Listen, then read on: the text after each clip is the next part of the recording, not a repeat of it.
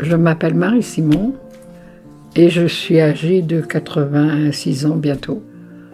Ma maman était éclusière. Ouais. Mon papa était agent de travaux. Alors, votre maman était sur quelle écluse alors? L'écluse de la Dialet et puis l'écluse de la Ségerie. Donc là, on est sur l'échelle de l'écluse de... Oui, on a toujours D'accord. été là. Et donc, quel souvenir vous avez d'enfance de votre maman éclusière? La belle vie. Il y avait les péniches à l'époque. Et il y avait un lien entre les bateaux et puis les éclusières. C'était formidable. Les soirées qu'on passait ensemble, on jouait aux cartes, on mangeait du gâteau. Puis le lendemain, ils partaient et revenaient 8 jours après à redescendre sur Saint-Malo, ou Dinan. Vous vous rappelez le nom des bateaux? Oui, il y avait le Neptune, le Laborieux, Bretagne, Marguerite, la Léone. L'Alcyon, mais il venait pas beaucoup par là. Ah si, l'Alcyon venait. Ouais.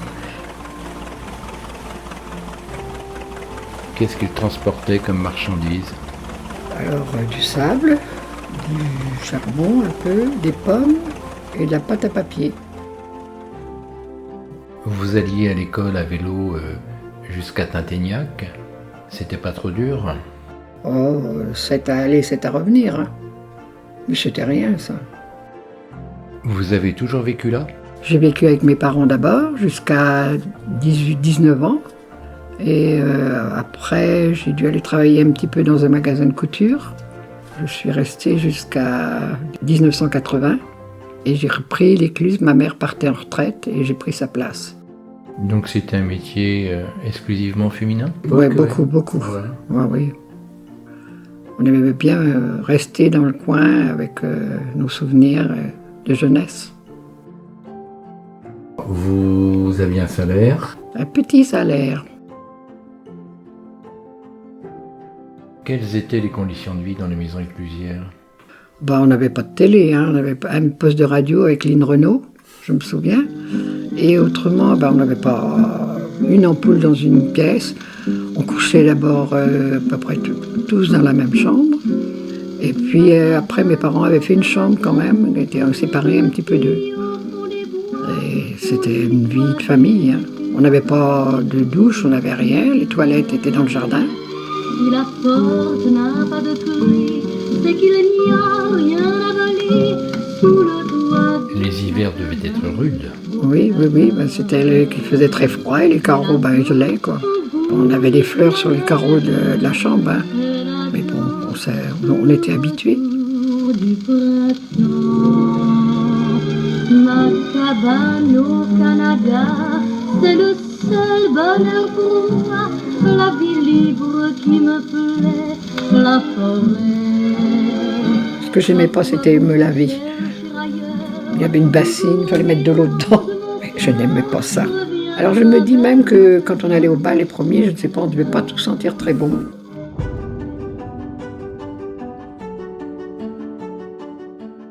Mon petit doigt m'a dit que lorsque vous aviez 16 ans, il y avait un matelot qui passait souvent sur le Saint-Paul et qui avait, paraît-il, un petit béguin pour vous.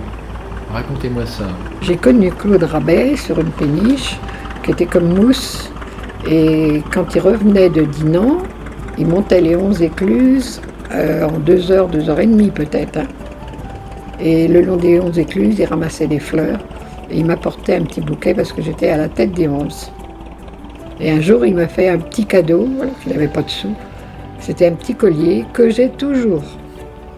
Mais lui, il s'en souvient même plus. Il était tellement brisé de cœur, Claude. Mais on était copains, on vivait, c'était une amitié qu'il y avait. On vivait différemment de nos jeunes maintenant. Hein. Et Claude, je le revois encore maintenant. Et on se retrouve une fois par an. Et c'est toujours une joie de se retrouver. Hein. On est toujours contents. Votre père était responsable d'un secteur, je crois. Oui, mon père était monté un grade un petit peu. Comme il était que agent de travaux, après il a eu la responsabilité d'une partie des éclusières. Donc quand il y avait un poste de libre, Il avait à cœur de pouvoir faire plaisir à une personne qui avait perdu son mari, avait des enfants et qui avait du mal à vivre. Elles étaient contentes d'avoir une maison, des bêtes si elles le voulaient, et puis un petit salaire. C'est lui qui allait porter la paye aux éclusières? Oui, mon père, à la fin du mois, portait les salaires des éclusières, des 11 écluses, jusqu'à, je crois, Dinan. Alors, ça s'étalait sur 2 ou 3 jours, hein, en mobilette. Et, il partait le matin, et les éclusières étaient tellement contentes de le voir et puis d'avoir un petit chèque, qu'il avait un petit verre dans chaque maison. Et quand il revenait, quelquefois, la mobilette, elle avait du mal à retrouver la route. Et la maman n'était pas trop contente. Et ma maman disait, retourne parce que tu n'en as pas eu assez.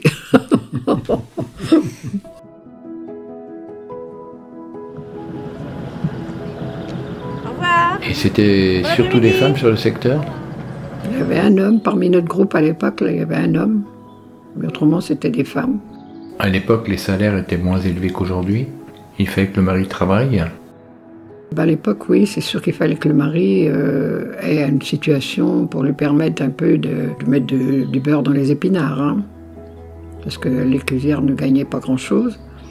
Alors le mari allait travailler à l'extérieur, soit qu'il était agent de travaux. Il y en avait qui faisaient les portes d'écluse. Mon père a fait les portes d'écluse très longtemps, à Saint-Germain et puis dans les 11.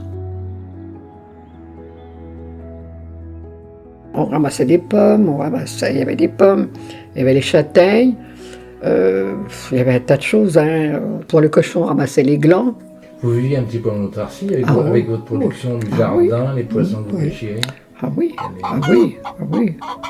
On avait des visites parce que maman faisait du beurre, elle vendait son beurre. Elle vendait des œufs, donc on avait des gens à venir nous voir, des gens de la ville. Et qu'est-ce qu'elle faisait encore? Peut-être des lapins qu'elle mettait peut-être de temps en temps. Et puis du fumier pour leur jardin. Alors avec tout ça, on arrivait à vivre. Mais avec les mariniers, il y avait aussi du troc? Ah oui. Ils nous mettaient du sable, on leur donnait, nous, des œufs, parce qu'on avait des poules. Alors, des légumes qu'on leur donnait. Ah oui, il y avait beaucoup. Alors à certains on donnait, d'autres on ne donnait pas. Parce qu'il y en avait qui étaient sympas et les autres moins sympas. C'était comme ça. Hein. Avec votre maman, vous avez connu les péniches, mais à votre époque, c'était d'autres bateaux, je crois. Oui, c'était les bateaux de plaisance. Avec les rallyes. C'est quoi ces rallyes? Les rallyes, on passait, ça tenait sur 2 ou 3 jours, et on passait 5-6 bateaux ensemble dans l'écluse. Il y avait un concours, c'était tous les ans, c'était très agréable. On voyait beaucoup de monde, et on a fait des rencontres extraordinaires. Hein. Des gens qui avaient besoin un peu de nous, en tant qu'éclusières, qu'on leur donnait une salade, on leur donnait de ce qu'ils avaient besoin quelquefois, du pain quand ils n'en avaient pas le soir et qu'ils n'avaient pas de vélo pour monter au bourg, parce que le bourg était loin de notre écluse. La passion que vous avez pour le canal, vous l'avez transmise à vos petits-enfants? Oui, énormément.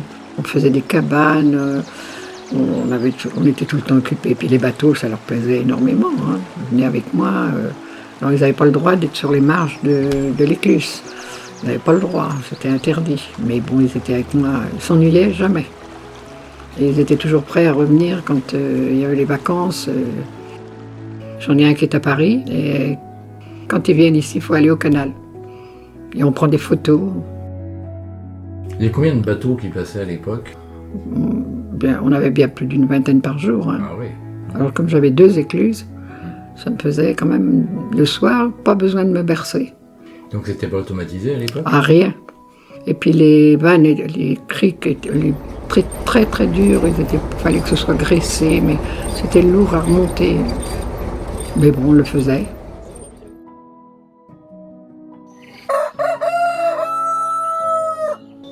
J'ai jamais eu de mal à me lever le matin parce que je savais que ma journée allait être bien. Je ne voyais que des gens aimables en principe. J'en ai eu très très peu qui étaient désagréables. Alors le soir, je me recouchais bien fatiguée, mais heureuse de ma journée. Parce que j'avais fait des rencontres, j'avais parlé avec des gens qui avaient une vie différente de la mienne. Et ça, c'était agréable. Moi, j'ai été heureuse au canal. On me disait, tu t'ennuies l'hiver, il n'y a personne. Je dis non, je m'ennuie jamais. Puis je parlais avec les gens qui passaient, même s'il n'y en avait pas beaucoup. Ils aimaient bien parler avec nous, savoir s'occuper de notre travail aussi. Et puis quand les bateaux passaient, ils venaient nous poser des questions.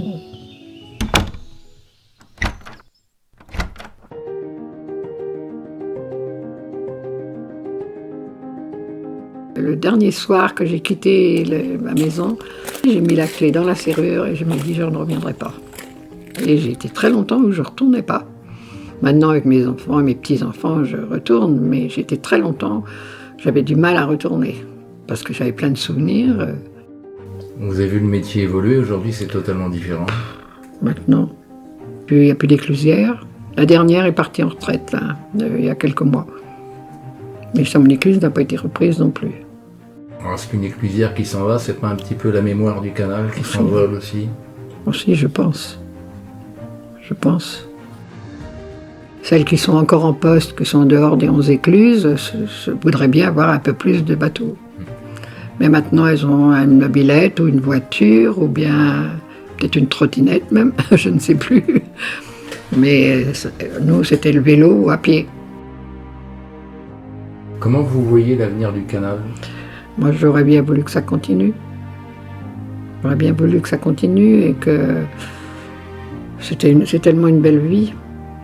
Mais bon, je pense que maintenant, ça va changer. Hein.